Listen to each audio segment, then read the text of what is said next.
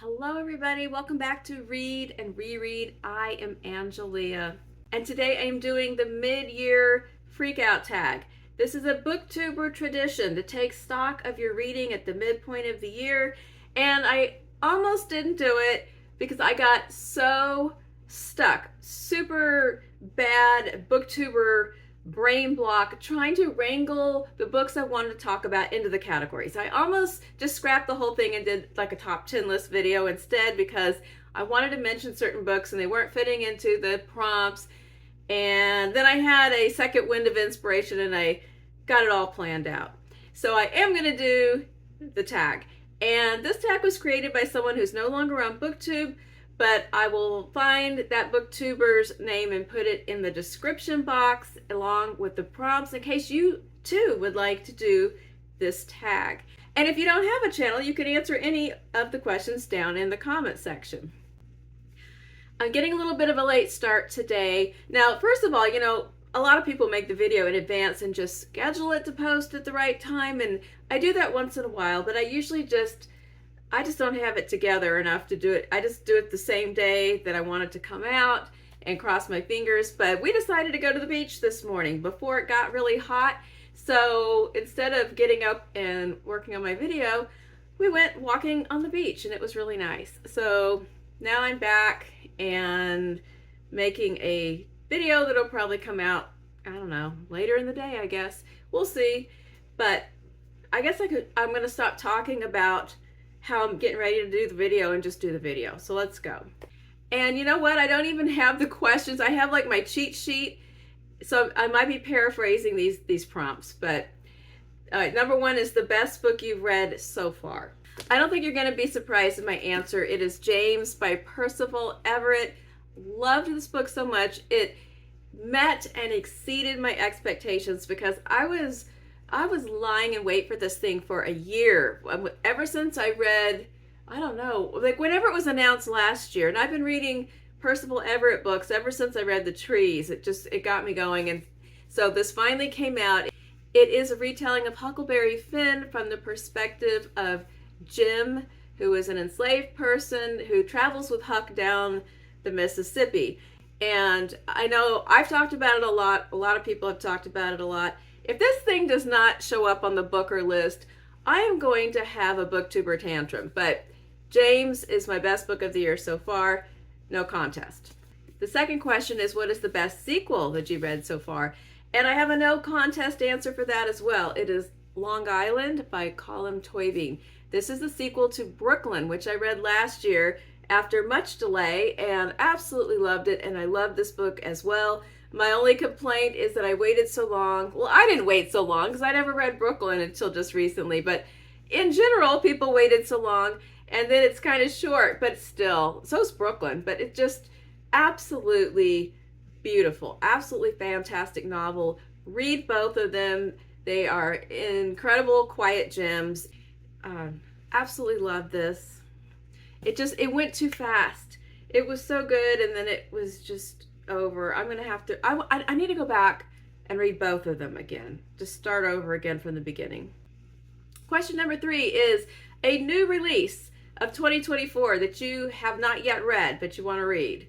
And I have a whole bunch, but here's just 2 that I will show. I have Wandering Stars, which I bought almost immediately when it came out. Like, oh my gosh, Wandering Stars.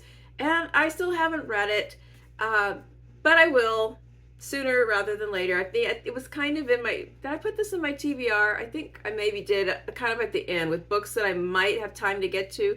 I do want to read this before the summer is over. I'll set that little goal. But Wandering Stars by Tommy Orange, and also Ghost Mountain by Ronan Hession. I fell in love with Ronan Hession's work this year. I've only read one. I read Leonard and Hungry Paul, which is one of my favorite books of the year. Here it is.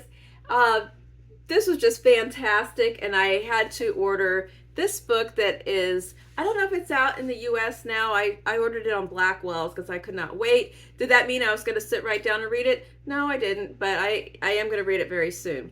And then he has another one. I think it's called Panenka that I don't yet have, and I need that one too. Okay, you missed the interlude where I just dropped a big stack of books and they went like 10 different directions. Hold on, I gotta move the cheat sheet. It's in an awkward spot. The next question is the biggest disappointment.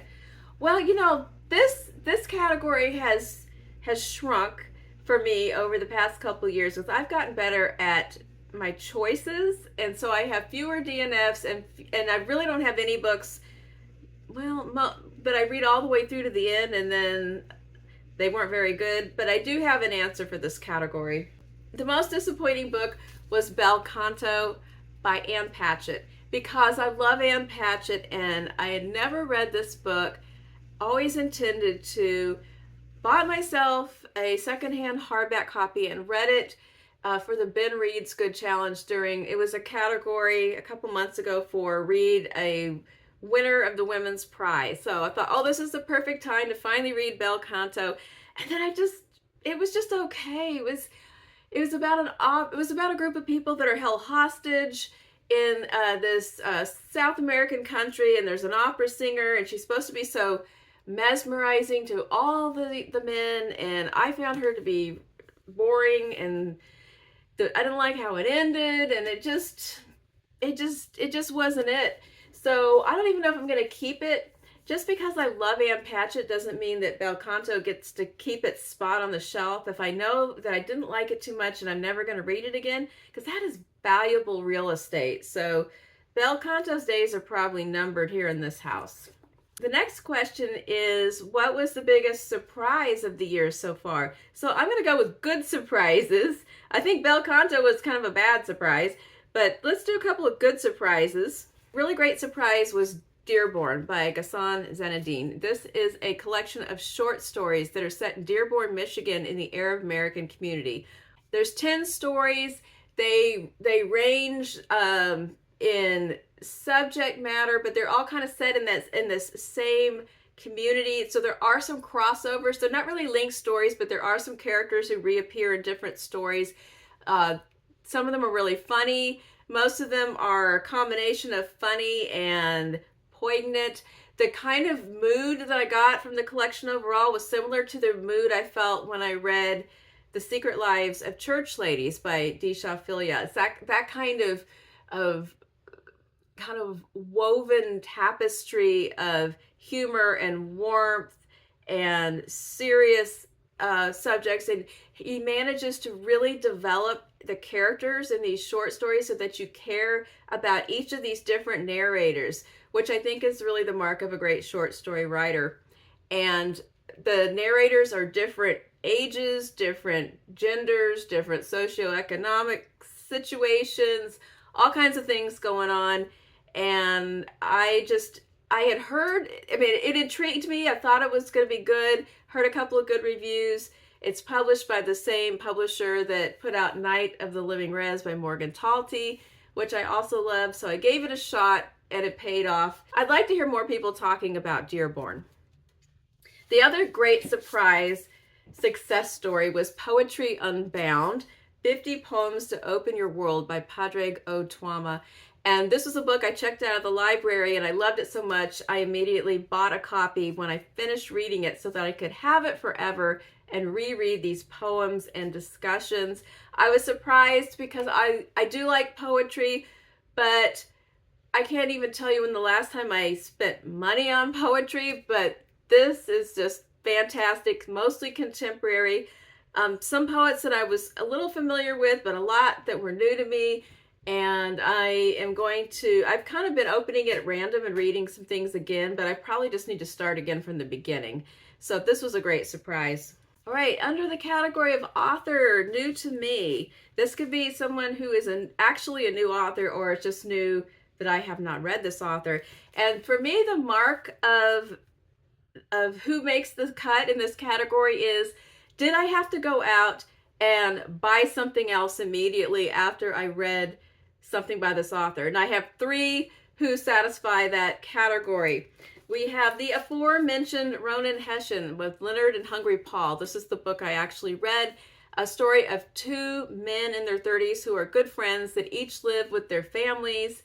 And they kind of have, one of them has a kind of job and the other one actually has a full-time job. And they're friends, they get together and play board games. and it's just it's offbeat. It has so much heart. I just absolutely love the characters, and there's not even a ton of plot, but it's one of those books where small changes in someone's life are actually kind of cataclysmic big steps, and you're just kind of there for it. And I just love this book. Miriam Taves, I know she's not a new author at all. She's been around and written quite a few books, but I just got started and I read all My Puny Sorrows. I'm going to be mentioning this book again in another question. But I immediately went out and bought Women Talking, and I have a couple more that people have suggested to me that I am on the lookout for.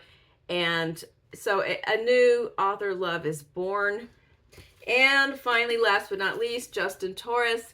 I read Blackouts very recently and absolutely was blown away. This is in my top 3 of the year so far.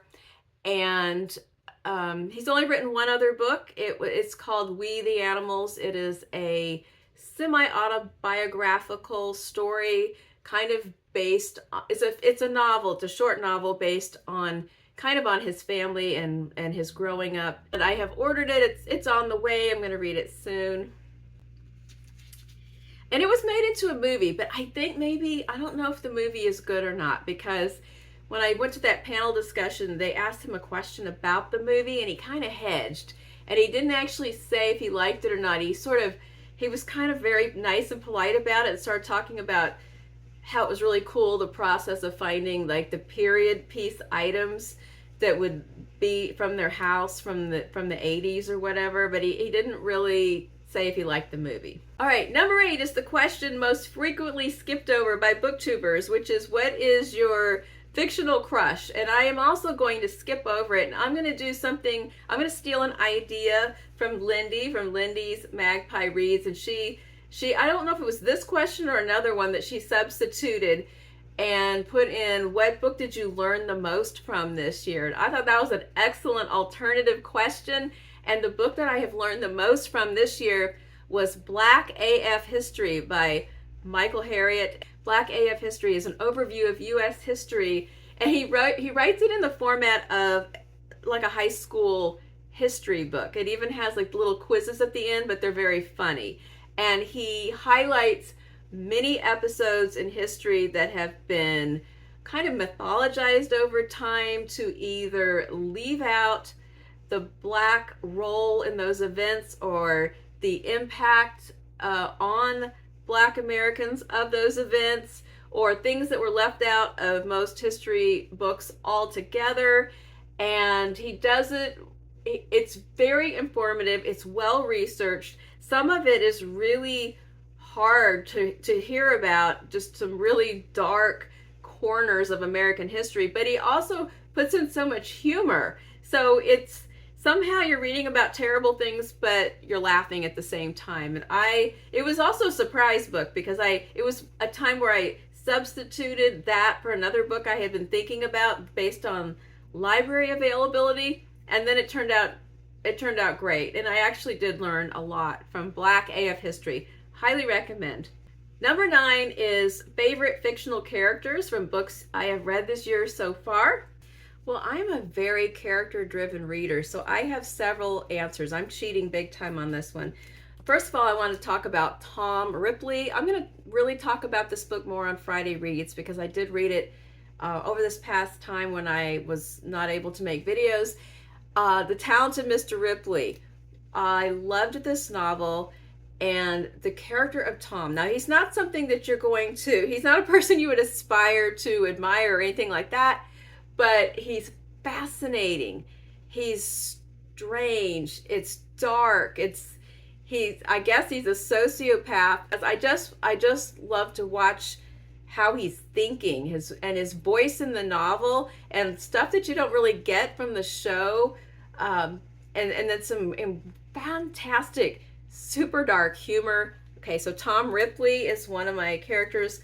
Also, love these guys, Leonard and Hungry Paul. Yoli from All My Puny Sorrows.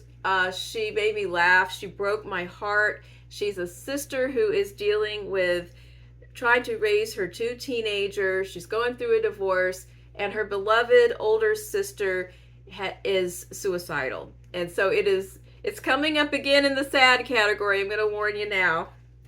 And then also Eilish, kind of like Tom Ripley, except she's not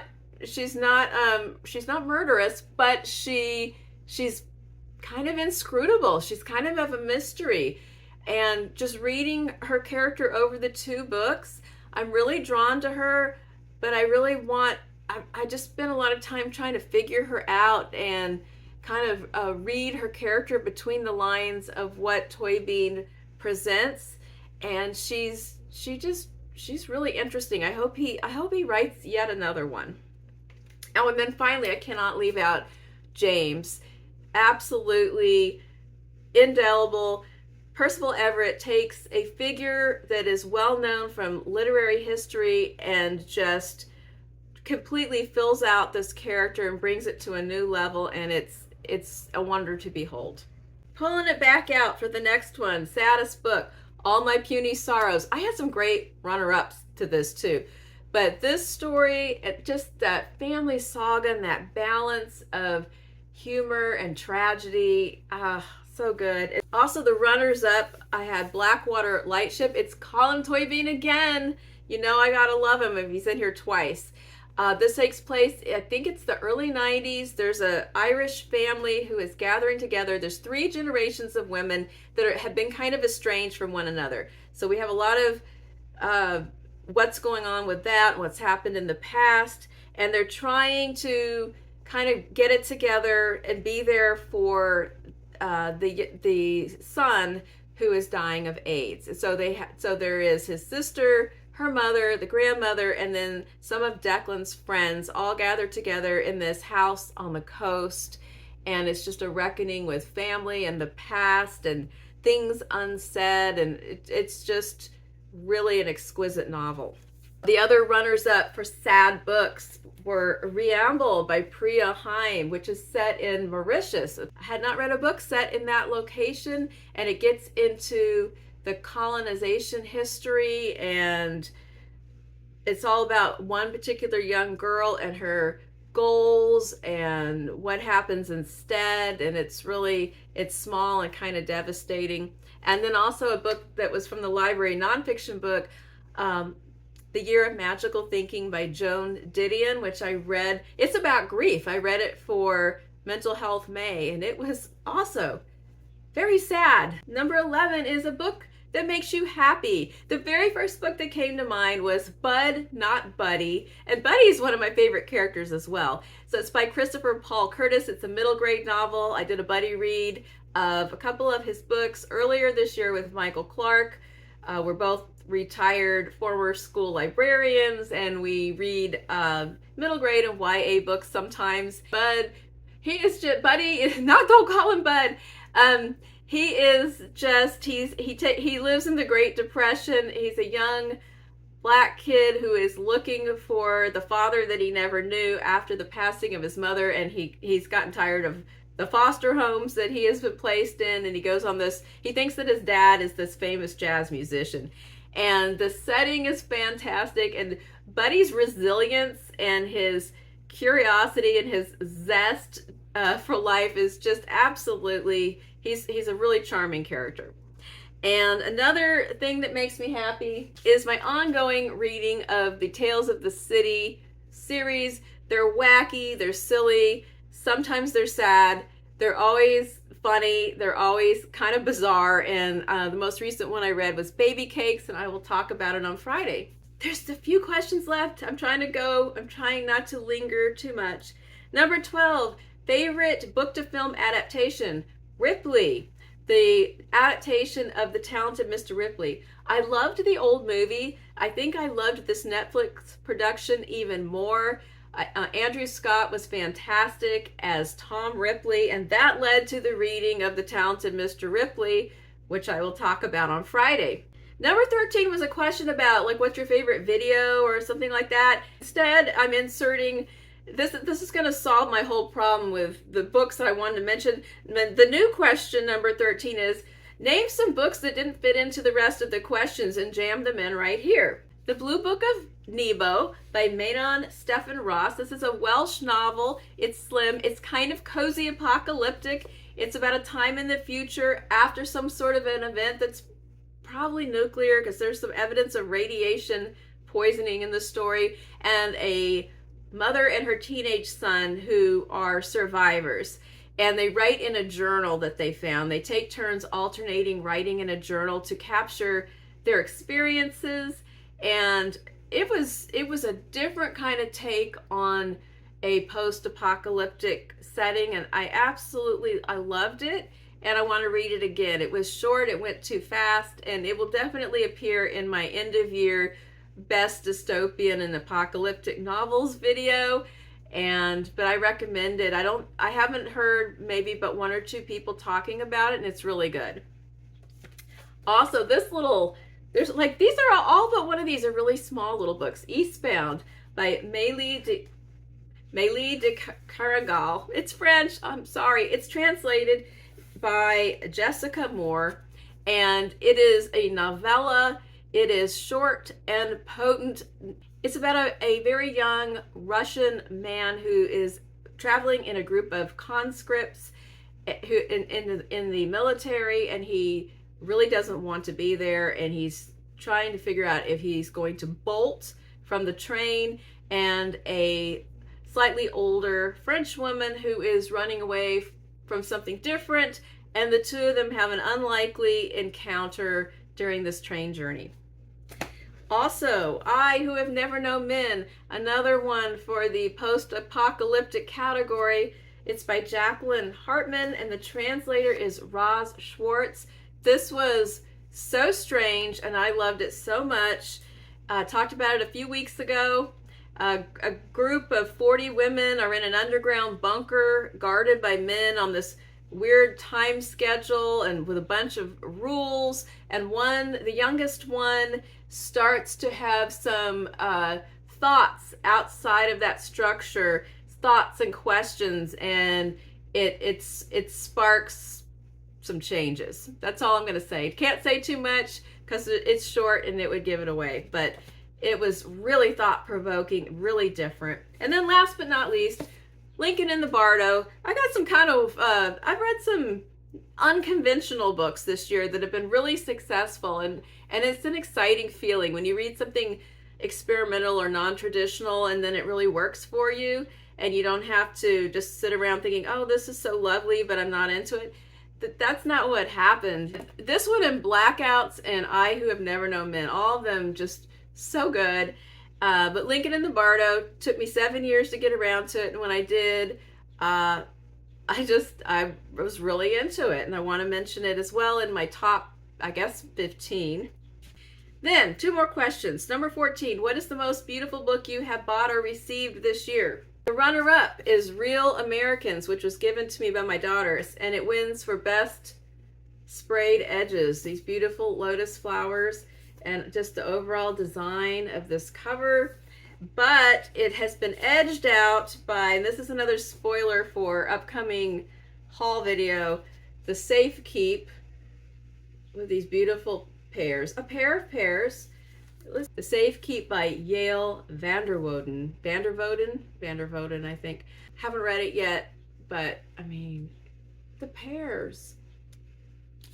Okay, so there you have it. Oh, number 15 is, I'm going to blow that one off. It's what do you need to read by the end of the year? Well, I don't need to read anything, but I want to read everything. So I'm just going to keep on reading. I mean, some of the books I just showed you I haven't yet read, and I have so many more. So that's a great feeling. I don't have to read anything, but I can read anything I want. So I hope you feel the same. Let me know what you think about my list, anything in here that you've read, a different answer you want to give for any of the prompts, and I'd love to hear what you have to say. I'll be back on Friday for Friday Reads. Have a great day.